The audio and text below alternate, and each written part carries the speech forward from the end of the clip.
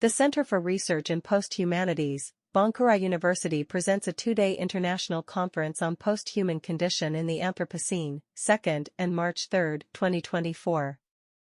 Niki Young, lecturer, Department of Philosophy, University of Malta is going to speak on onto individuals, Haecceity, posthumanism, and the Anthropocene.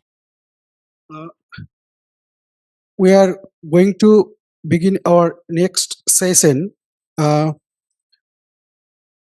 Professor Niki Young will be speaking in this session.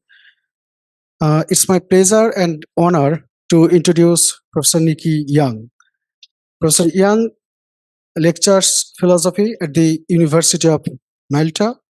His areas of interest include 20th and 21st century continental philosophy, phenomenology, aesthetics, deconstruction, as well as the various forms of new realism and materialism, currently being developed by a number of contemporary thinkers. He has contributed to a number of publications related to philosophy, ecology, and contemporary art. Young's research focuses on the points of intersection between realism and deconstruction. I welcome Professor Niki Young. Professor Young, the whole virtual platform is now all yours. Thank you very much. Good morning. I think it's still morning there now, or is it early afternoon? Perhaps there's a bit of a lapse between our respective time zones. But well, it's nice and early here, and I'm very glad to be here. As you know, the title of my talk is Onto Individuals, Haecceity, Posthumanism, and the Anthropocene. And basically here, what I'm going to be doing in this talk is discussing these elements by triangulating between the works of three important contemporary thinkers, namely Bennett, Rosi Braidotti, and Graham Harman, who I believe was with us earlier on today. Well, it would perhaps be good to kind of point out that, or start by noting a certain difficulty associated with the notion of posthumanism.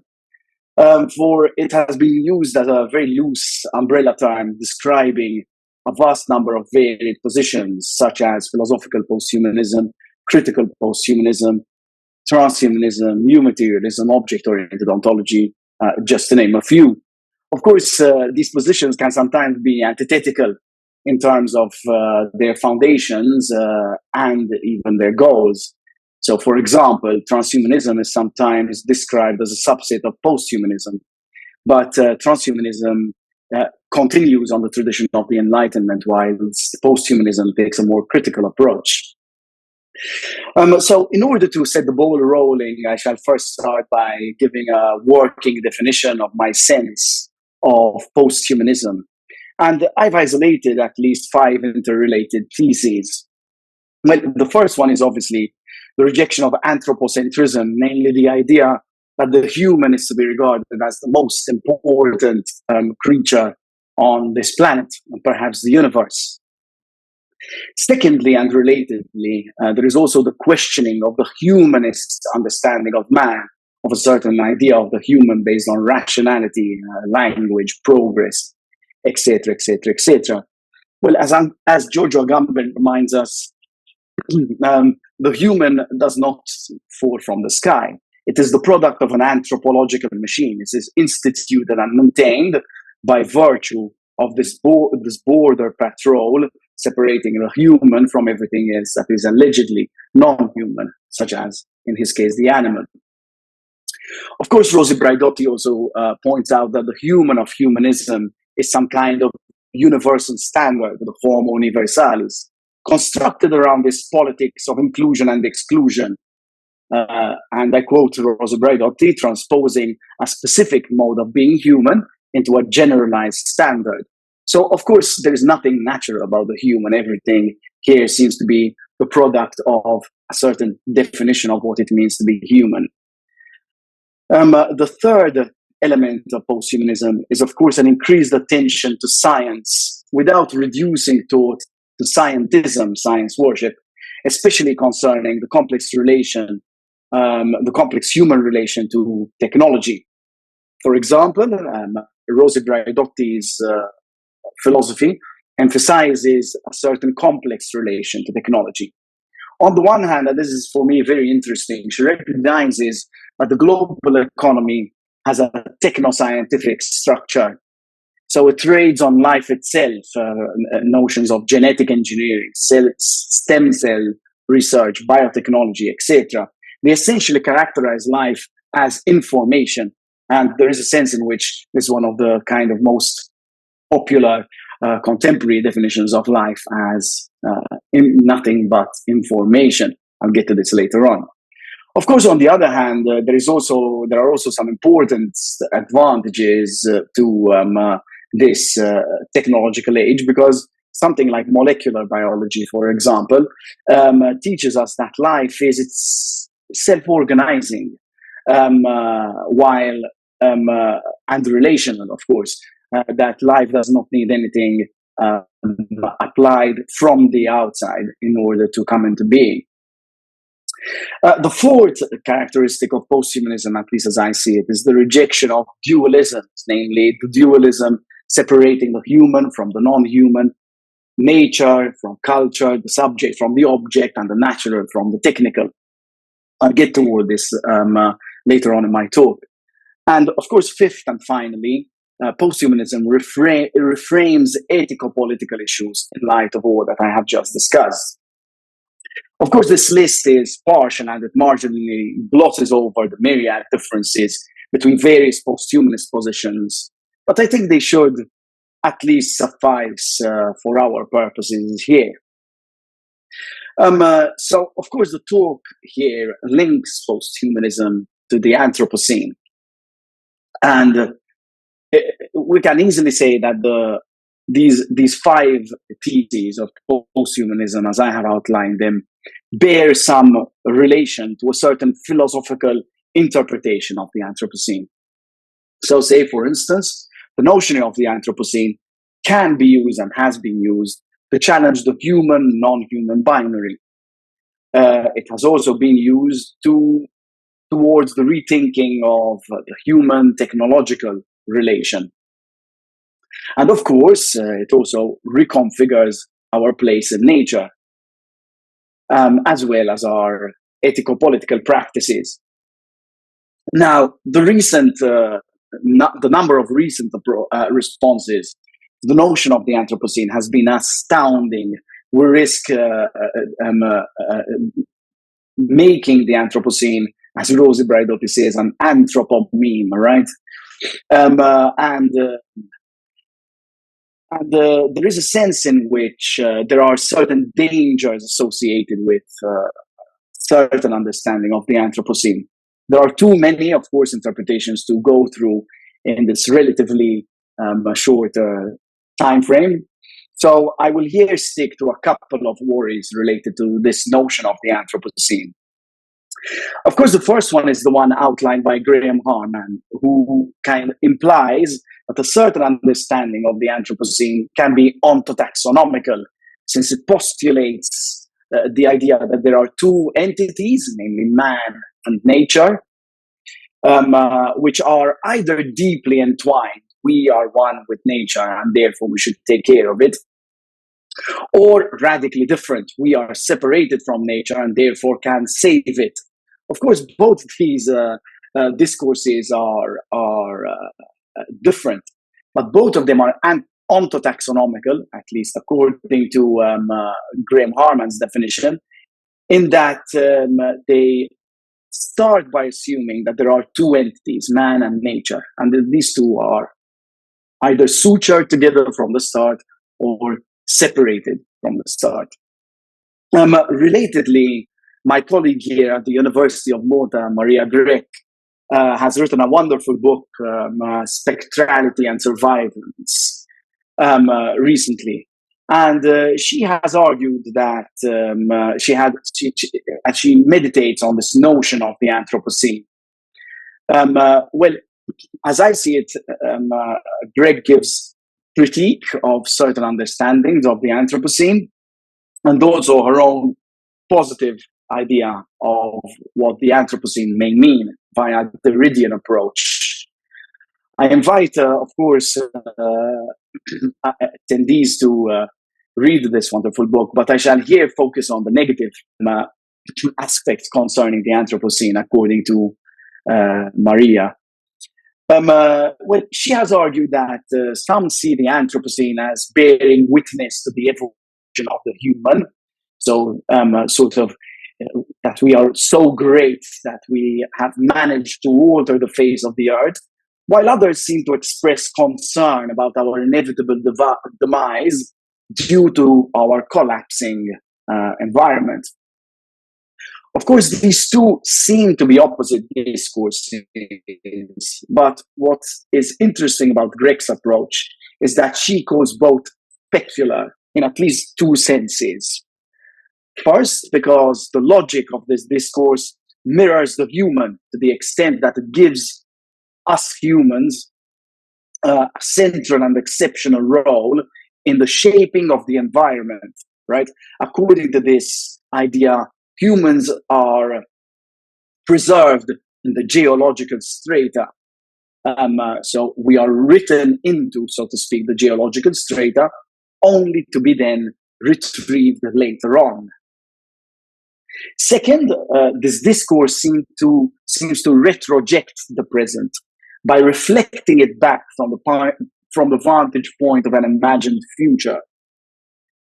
Now, this is problematic in the sense that it entails a static conception of reality that reproduces the present by projecting it, along with its beliefs and suppositions, into the future and vice versa. So, of course, Greg notices a certain problematic of the Anthropocene, and I agree with her that we should move beyond these problematic notions of the Anthropocene, and that we need to, in some way, have a modified understanding of what it means precisely to be post-human in the age of the Anthropocene. So what does it really mean to be post-human in the age of the Anthropocene? Do we want to stick to this rhetoric where we challenge such ideas in order to ultimately be confined to this kind of binary between humans and nature and operating always within this binary? Or do we want to move beyond it? I suggest that we should do the latter. But then, of course, this begs the question of how this might be done. So in order to explore this idea, I want to triangulate between the works of three contemporary thinkers who I am especially fond of, namely Jane Bennett, Rosi Braidotti, and Graham Harman. Of course, in one way or another, all these thinkers focus on the ontological force of non-human entities. So all of them, in some way or another, conform to the five main theses of what posthumanism means, according to me, the ones I've outlined at the very beginning. They do so in different ways, of course, and only Rosi Braidotti explicitly identifies her work with posthumanism, but the other two works, the other two thinkers easily fit within the framework of a posthumanism broadly understood, at least if one accepts the five theses I've outlined at the very beginning. Now, let's move on to Jane Bennett's work. Jane Bennett's work is immensely sophisticated and rich, and her thought speaks of the force of things, right?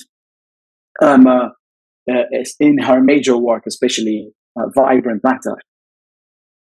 Now, in this wonderful work, seminal work, she argues that things offer a negative resistance. Things are always more than what we can make of them, therefore challenging this kind of correlationist idea that human and world are always already correlated in some way or another, according at least to this analysis given by Cantanmea-Su. But she also argues that this negative resistance is not enough for many philosophers both correlationists and non-correlationists have argued for this negative resistance. Instead, she also suggests that things offer a positive and vital ontological power, and that things are singular existence. So there is a certain vitality in singular existence, whether these are understood as human or non-human, so to speak, inanimate or animate. So her work is decidedly de-anthropocentric, so to speak.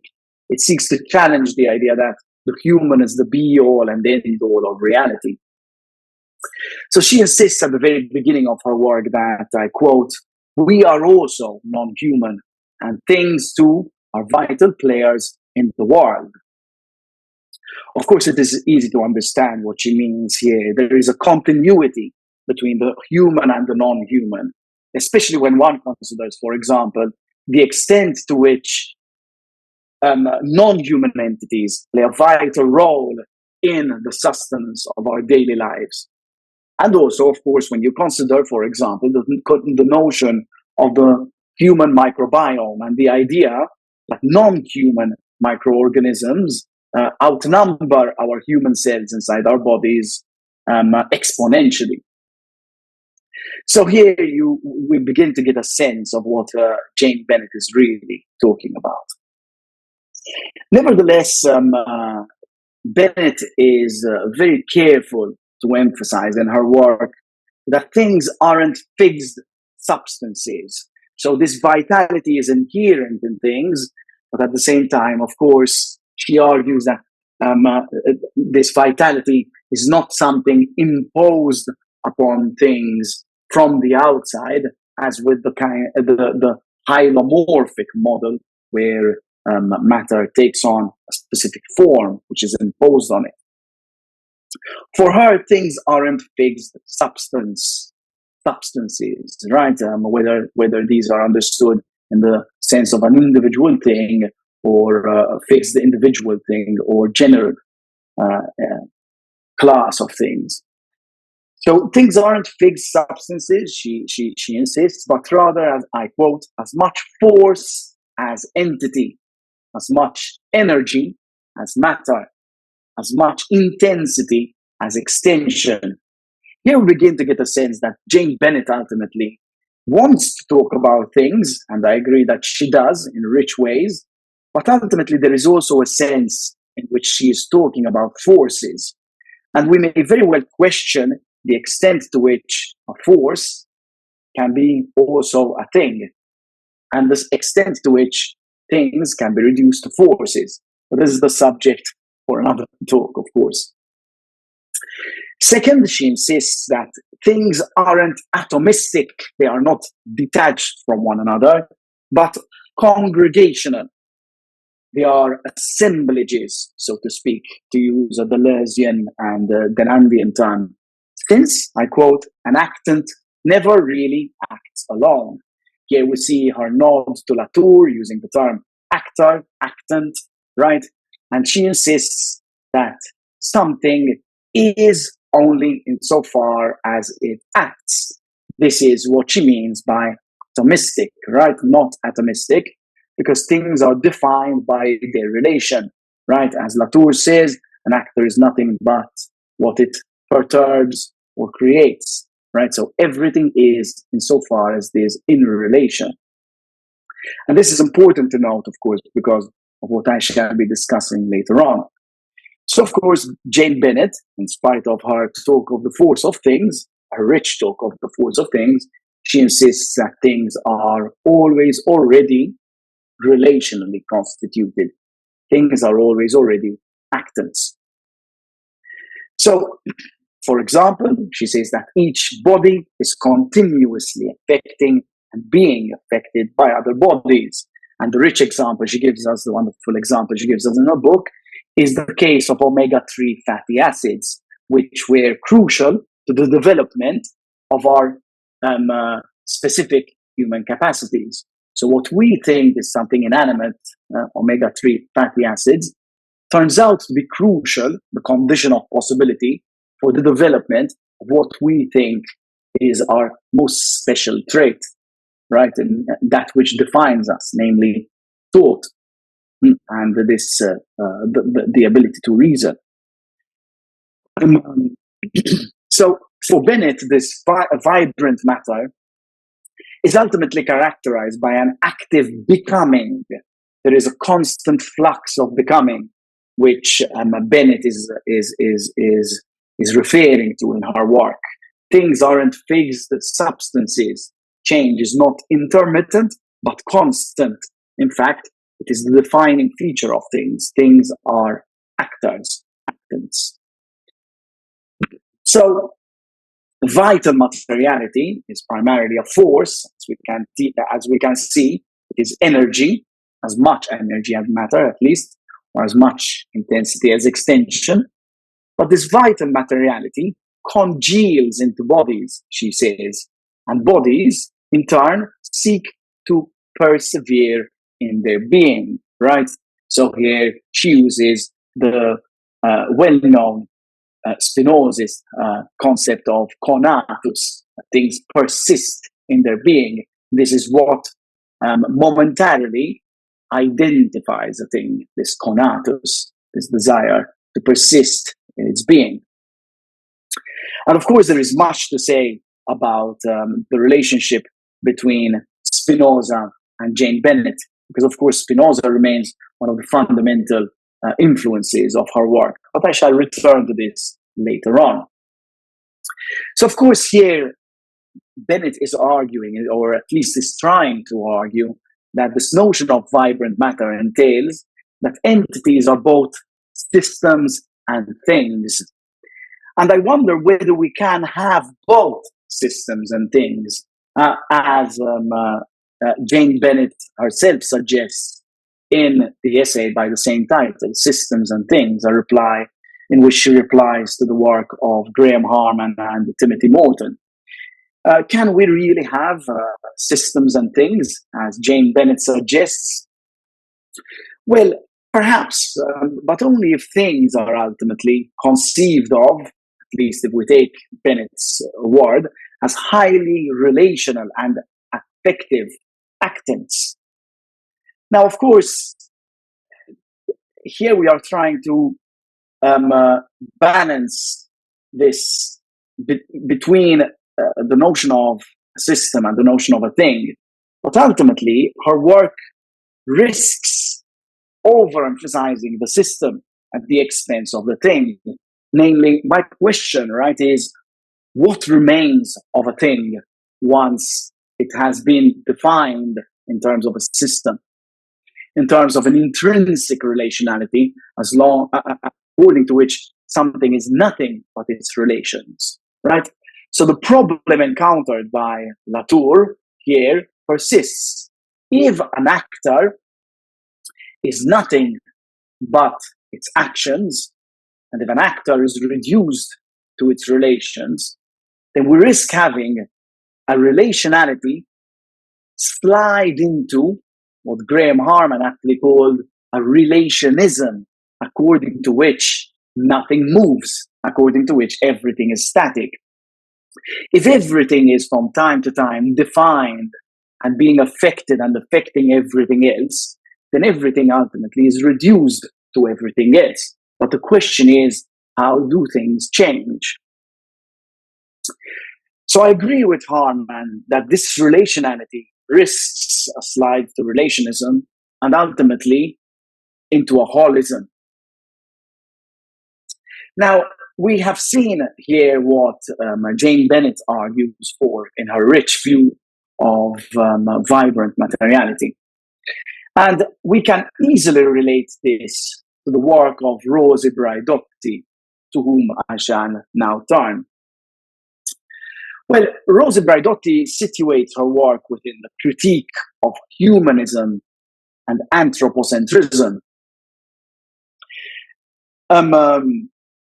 Humanism, of course, as we know, is the product of a certain understanding of man as free, autonomous, rational, and so forth.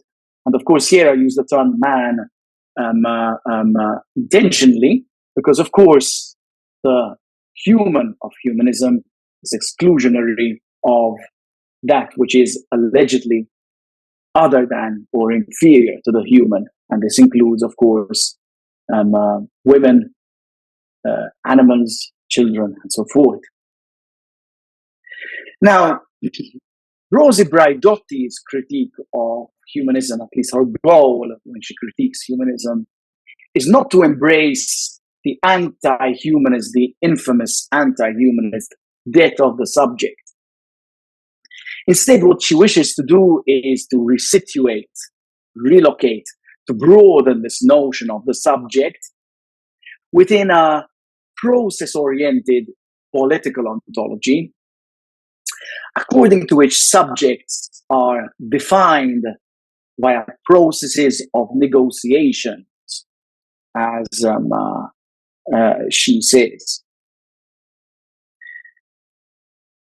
Yes, her mantra goes, we are in this together, but we are not the same, right? Everything is defined by, subjects are defined by this relational process of negotiation. Now, Braidotti critiques the subject of humanism as both an abstract universal, the human in the general singular, right? And we've already seen via my tangential reference to Agamben, Braidotti's work at the beginning, that this abstract universal is the result of a historical definition of what it means to be human. It is more political than essential, and it is based around the politics and the logic of inclusion or exclusion. So, of course, this abstract universal of humanism, the human, by which we mean man, is also a spokesman for an elite species, the anthropos, as opposed to that which is allegedly non-human. So, of course, humanism forgets, and I don't mean this mistakenly forgets, I mean intentionally forgets how intrinsic non-humans are, not only to our survival, but to our genesis, right? As the case of omega-3 fatty acids in Bennett's example shows, but also, of course, when you consider the way in which things like the humble cockroach aids in the breakdown of dead matter, which in turn contributes to the fertilization of trees, the nitrogen cycle, which in turn sustains trees, which in turn sustain us. So here we can see that humanism is the spokesman of an elite species, the anthropos, who is, of course, touted to be the crown of creation. Now, her own position, Braidotti's position, is a critical posthumanism. And this critical posthumanism seeks to define, I quote, the posthuman subject within an eco-philosophy of multiple belongings as a relational subject constituted in and by a multiplicity. That is to say, a subject that works across differences and is also internally differentiated, but still grounded and accountable. In other words, what Braidotti is saying is that there is indeed subject position, but not a fixed identity. And here we can begin to see that her position is comparable to Jane Bennett's in that she too promotes an ethic of becoming. We can call it a vital materialism, right? And she seeks a new theory of subjectivity around the notions of technology, centered around the notions of technological mediation, immanence, process, vitality, and self-organization. Braidotti's subject, like Bennett's vibrant matter, is made up of relational entities through and through. Now, Braidotti is also post-anthropocentric in that she promotes, as Zoe, egalitarianism between humans and animals, based on a non-dialectical difference centered around, I quote, the ethical appreciation of what bodies can do.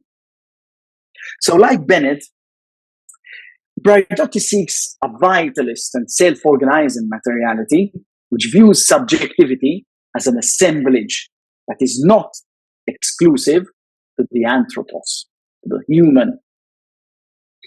However, or perhaps furthermore, like Bennett, Braidotti too, at least in my view, slips into the discourse of a thorough relationality, which risks dissolving her differential account into a relationist plenum. And it is indeed no surprise that Braidotti too is very much influenced by neo-Spinozistic monism. So as Jordi Vivaldi, in his wonderful paper, Xenological Subjectivity, suggests, Braidotti's neo-Spinozistic monism ultimately risks watering down the notion of otherness, agency, and change, thereby compromising the consistency of her philosophy. Do we really want a philosophy of subjects, or do we want a philosophy based on thorough relationality? I'm not sure how these two can be squared without ultimately giving up on one of the two sides. And perhaps, as I've already suggested, the same could be said about Janie Bennett. So with Vivaldi, we might therefore raise the question of what it would mean for something to be both finite and thoroughly relational. It seems as though, as I've already said a few moments ago, it seems as though to suggest that something is finite is to suggest that something resists relationality. Whereas conversely, to suggest that something is thoroughly relational is to suggest that finitude falls out of the equation. Furthermore, how can a thorough relationality ultimately support becoming? How can things change if they are entirely defined by their relation? Well, perhaps the solution might be to suggest, as Whitehead did, that the moon at midnight and the moon at midnight 01 are entirely different entities by virtue of their relationships shifting, however slightly. But then we might also wonder what remains of the individuality of things in such a circumstance. So with these questions related to Braidotti and Bennett's work, who, as I said, I am a great admirer of, I turn to the work of Graham Harman, who I believe suggests a different approach and who I believe can account both for relationality without relationism and finitude, and therefore individuality. Of course, object-oriented ontology is a school, so to speak, in and of itself. It's more like a loose umbrella of ultimately somewhat divergent positions as well. But there is a sense in which it can also comfortably belong within the umbrella term of the post-human, at least if one accepts my definition at the beginning, in that Harman, the proponent, the main proponent and the original proponent of Triple speaks of objects in the plural. So, of course, for example, he is post-human to the extent that he is non-anthropocentric, in that his work can allow us to think about the relationship with technological objects in the plural, which are also objects in their own right, and so forth. Harman, of course, is the champion of the reality of the object. An object for him, like for Bennett, is not only a negative locus of resistance, but also a seat of affordances and a strong being in its own right. So as Harman tells us, for example, referring to Heidegger in his first great work, Tool Being, the tool is not used, it is. A hammer is not defined by our using it as a hammer. It must first exist for us to even be able to use it as a hammer. So Harman is a champion of the reality of the object. The object comes first.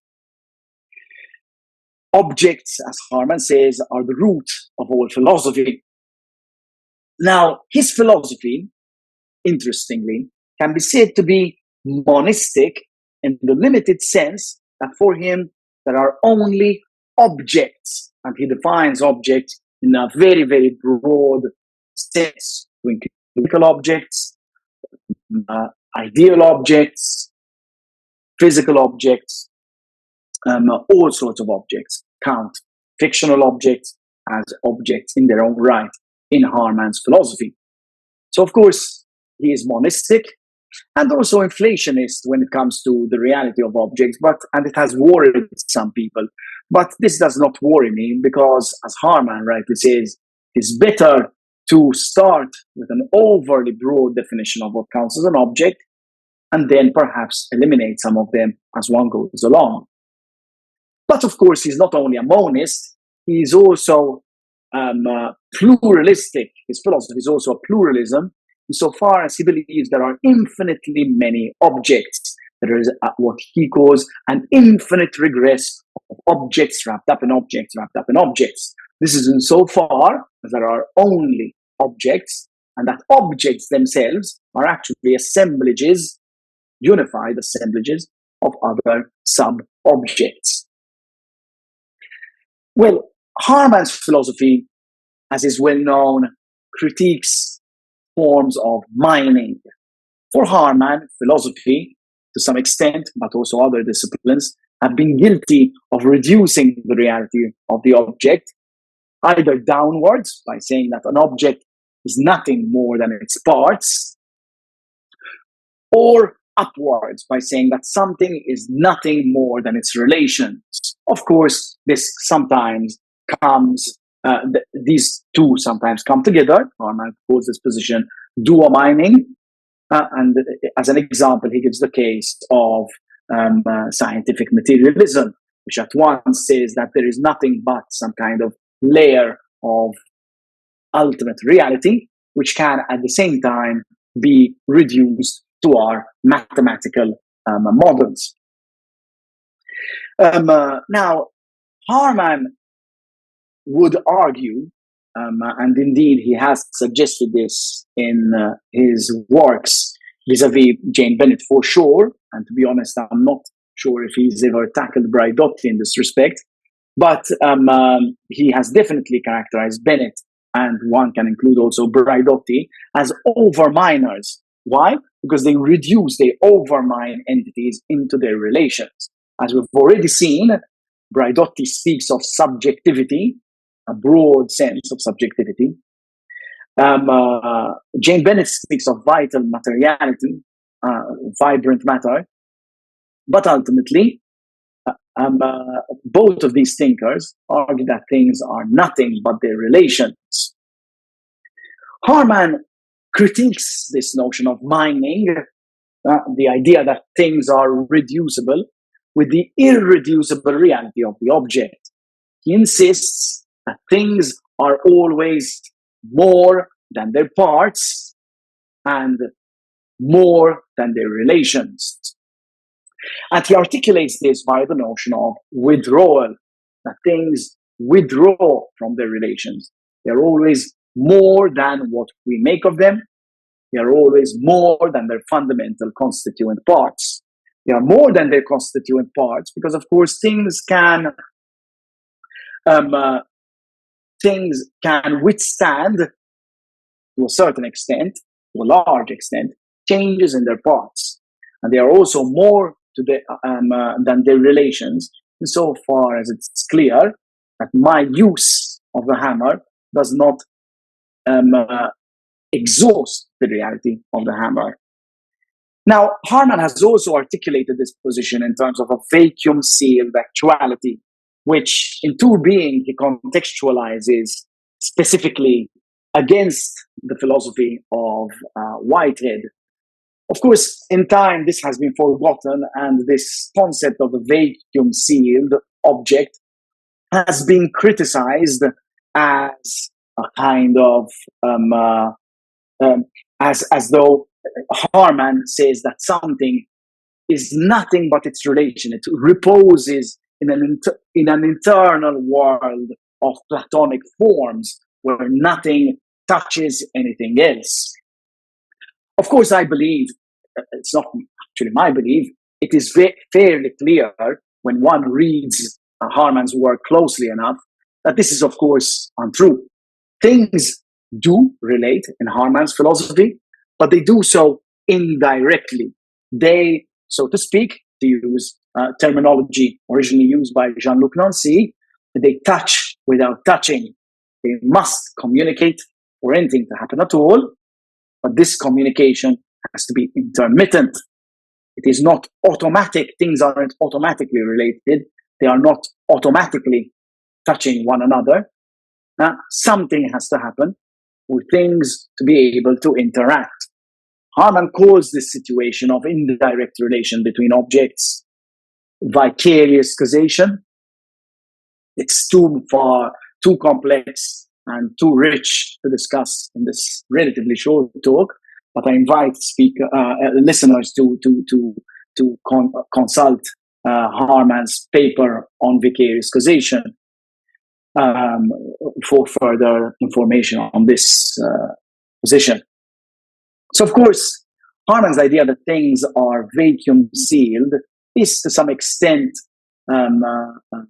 hyperbole, because things aren't vacuum sealed in the sense that they repose in an internal world of forms, but vacuum sealed in the sense that they touch only indirectly. So, of course, Harman's philosophy can ultimately be articulated in three positions, in terms of three fundamental theses, The first is a pluralism. There are infinitely many objects. Things are not one. There is not one level of reality. There is one level of reality containing infinitely many individual entities. But of course, these individual entities are themselves emergent entities, composed of other objects in their own right. There is therefore an accretion of objects without an ultimate object, God, which closes the gaps between entities. Of course, one can take a practical example. I am myself, for Harman, an object in my own right. For humans too are objects in his specific sense. But I am myself composed of sub-objects, both human and non-human. Now, of course, in Harman's philosophy, there is also an entanglement. Things can and often do relate. Because, of course, if things do not relate, then nothing happens, nothing emerges. Everything would be static, and the critics would be right to claim that his philosophy is a Platonic formalism. Of course, as I've already said, I completely disagree with this position, and this is because things do interact. They are, to some extent, entangled, but they are not holistically entangled. They are not defined by their relations. They are objects, not actant. So this entanglement must be non-reciprocal. I am the sun's effect on my body is, of course, a form of relation I have to the sun, but my being hardly affects the sun in return. There is a non-reciprocality in things, and things touch without touching in this sense. A touch must be indirect, and non-reciprocal. Things cannot be reduced down to their relations for Harman. And of course, here we begin to see that things can and often do relate. There is a relationality in Harman's philosophy, but this relationality is not a relationism insofar as it does not reduce things to their relations. No matter how deep we get into the rhetoric of trying to speak of things and processes simultaneously, I believe that it is very difficult to maintain the two. But I also believe that there is a sense in which Harman manages to do so. It manages to tether this kind of line, separating the relational from the non-relational, the object from the relation. Things are both objects, they are finite, they don't automatically interact with each other. But things also often do interact with one another. So Harman's philosophy is decidedly anti-Spinozist as opposed to Braidotti and Bennett. Bennett's philosophy and Braidotti's philosophy, ultimately, for all the richness it contains, is, I believe, too indebted to Spinoza. So the question becomes then, how do we counter this excessive holism? Well, Harman already gave us the answer to this by maintaining that things are entangled in a non-reciprocal way, such that change is not automatic. Things are not automatically in a flux. Change requires work. It is intermittent, and it is here that it is, so change is an event of sorts, which is intermittent. It is here that we can notice a certain affinity between the philosophy of Harman and that of Alain Badiou, who, like Harman, insists on the rarity of events for all the differences between the respective philosophies. So, okay, how do we counter this overemphasis on Spinoza? Well, my answer is to conclude this talk is that we can look at Harman's philosophy as indebted to Leibniz. Harman has himself written about Leibniz in his essay Plastic Surgery for the Monadology, but here I will conclude by looking at the philosophy of Leibniz via Derrida. For in fact, I believe that what I have said, in relation to what I have said above, we can return to the connection, or the question of the connection between the post-human and the Anthropocene, the relational and the non-relational, and what it means to be post-human in this age of the Anthropocene. Well, the relationship between the post-human and the Anthropocene, in my view, necessitates, with Harman, recognizing a more than human world, but without reducing the latter to an interrelated whole, to an interrelated process where everything just is its effects. So, okay, how do we do so? This is the question. How do we relate this, all that we have said here, to Leibniz, as I've already suggested? Well, I want to focus on a tangential remark made by the French Algerian philosopher, Jacques Derrida, in A Taste for the Secret, a book co-authored with another wonderful philosopher, Maurizio Ferraris.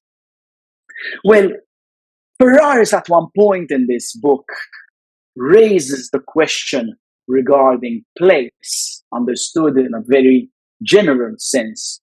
What does it mean to occupy a space, understood most generally? And Derrida responds that, I quote, with everything that is dual, with everything that is dual. I don't know whether this, well, it seems as though Derrida here wanted to confine it to the realm of the human, but there is no reason why we should do this. Or indeed, John Caputo, in an essay, in an interview entitled Good Soups and Other Gifts, has suggested that this can easily be extended to the non-human. There is always an incommensurability of points of view. There is a sense in which or rather there is a strong sense in which my position is not yours and vice versa. If you and I were to suddenly exchange positions, what we would have done was not taken up each other's place. We would essentially be transposing our, we would essentially be switching places. So there is always an incommensurability of points of view. And in this sense, Derrida aptly describes his philosophy as a monadology, where things are cut off from one another. And we can notice here the similarity to Harman's position. Nevertheless, Derrida also suggests, he also rejects the notion of an ultimate object, so to speak, a God acting as the sole causal mediator. And this rejection of God acting as the sole causal mediator between relations leads Derrida to describe his position as a Leibnizianism without God. There is no super object, there is nothing that will make our position commensurable. Yet here, of course, we might introduce the caveat. For if there were simply monads without God, an impossible task, of course, at least if one sticks to Leibniz's philosophy, then nothing would take place. We would be back to the problem I had articulated earlier, vis-a-vis, or rather at a certain critique of Harman's philosophy I had articulated later, where things would repose in a kind of eternal Platonic realm. So, of course, if there were simply monads without God, then nothing would take place. As a result, it is clear that innumerable monads must, Derrida says, always already relate via translations, if anything is to happen at all. So here we see that Derrida's Leibnizianism without God can easily be transposed onto Harman's philosophy. We can indeed describe Harman's philosophy as a Leibnizianism without God, or as he would prefer, a local occasionalism, where things interact indirectly. So to conclude, perhaps the task for a post-human philosophy in the Anthropocene might mean moving away from a certain Spinozist relationism towards a Leibnizian space where finite entities are able, intermittently, to touch without touching. Thank you very much.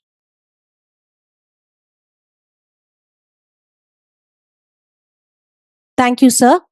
Thank you for that wonderfully lucid and comprehensive breakdown of posthumanism and its various ramifications. And thank you for taking us through the works of Braidotti, Bennett, and Professor Harman. I would now like to open the floor up for questions and comments. Please feel free to either unmute yourself and address your questions to Professor Young, or you can also use the chat box.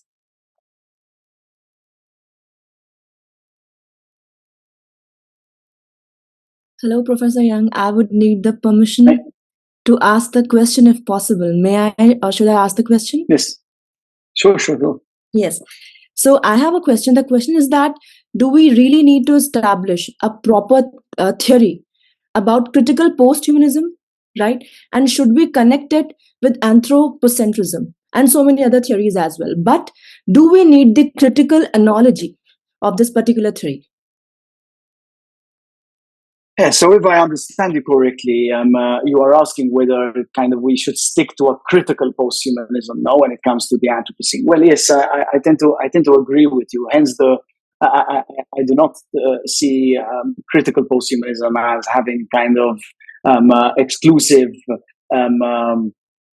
exclusive rights over this notion of the Anthropocene. For there are, as I've already said in the beginning, and at least I think Francesca Ferrando does a wonderful job at showing just how vast posthumanism can be. I do not feel like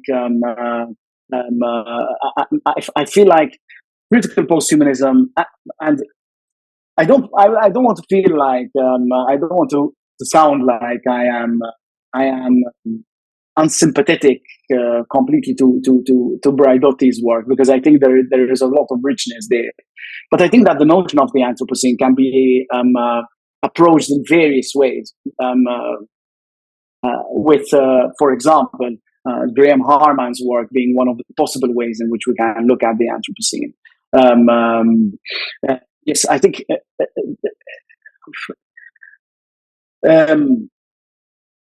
As I've already said in my talk, I'm a bit all over the place with my talks because there's so much to say about this.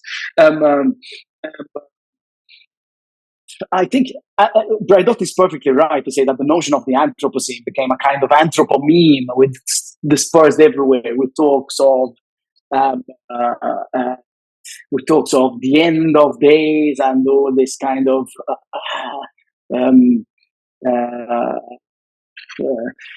excessive paranoia that humans will suddenly all disappear off the face of the earth, as if that were the only thing that's important. But I think the notion of the Anthropocene can lead to some unfortunate consequences. I've already suggested vis-a-vis the work of Maria Grech. So I think we need to kind of get out of the specular idea of the Anthropocene, according to which kind of there is a reflection of man and world in the general. And I think we can do this using a number of theoretical frameworks. So I agree with you that we don't need to stick to critical posthumanism as the be-all and end-all of our meditations on the Anthropocene. Yeah. And I should say that I find Graham Harman's notion of onto-taxonomy especially pertinent vis-a-vis talk of the Anthropocene. I wrote some work on this. I think the paper is called "Only Two Peas in a Pod," which you might want to look at. And Harman himself has also written about this. He originally makes this point in his 2016 work on Dante, and a couple of pages towards the middle of the book. But since then, a lot has been written on the concept. So you might want to look at this as well. Yeah. Thank you so much, sir. Thank you for answering. Yeah.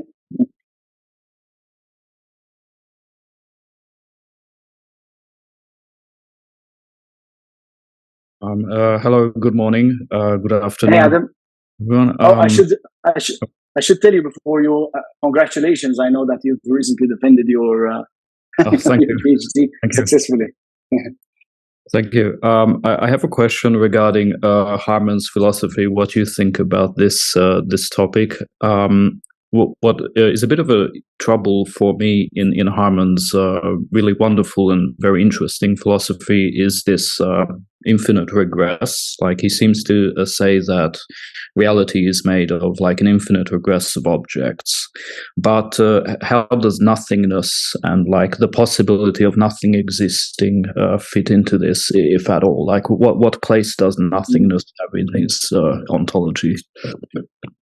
Yeah.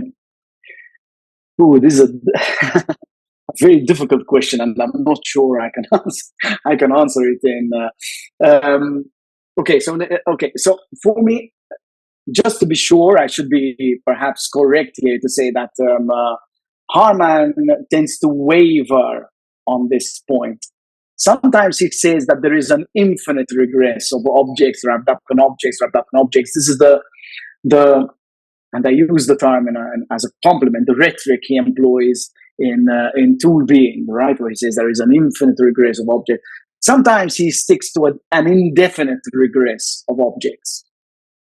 Now, of course, indefinite is not infinite, because the term indefinite might suggest that there might be some ultimate kind of, layer is a bad word, because of course Harman is a flat ontologist, but let's say ultimate layer of fundamental objects.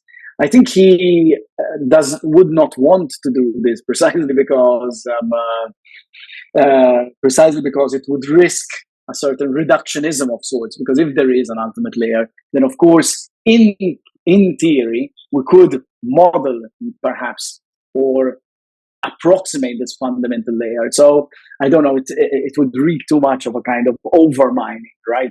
If we stick to this ultimate layer. So yeah, I should be correct here. So I've specified.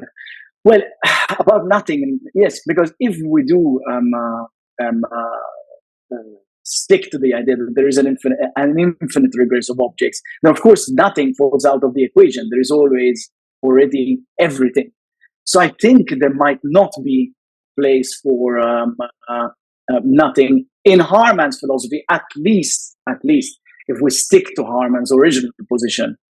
I know that there are other people who have worked on this, of course, and I haven't focused on this aspect of Harman's work, to be fair. But it will be very interesting to see what becomes of nothing, or whether something can be done,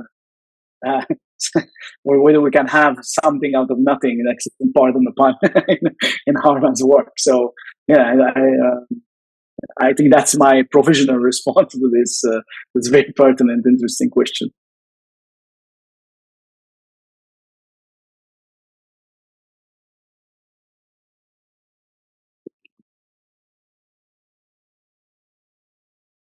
Any other questions?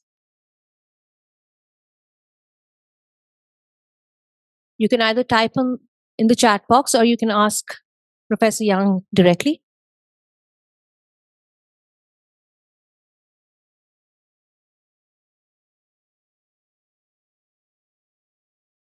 Well, if there are no more queries or questions, I would like to take this opportunity to once again thank you, Professor Young, for that absolutely electrifying talk. Thank you so much, and it really is a privilege having you amongst us. Thank you very much.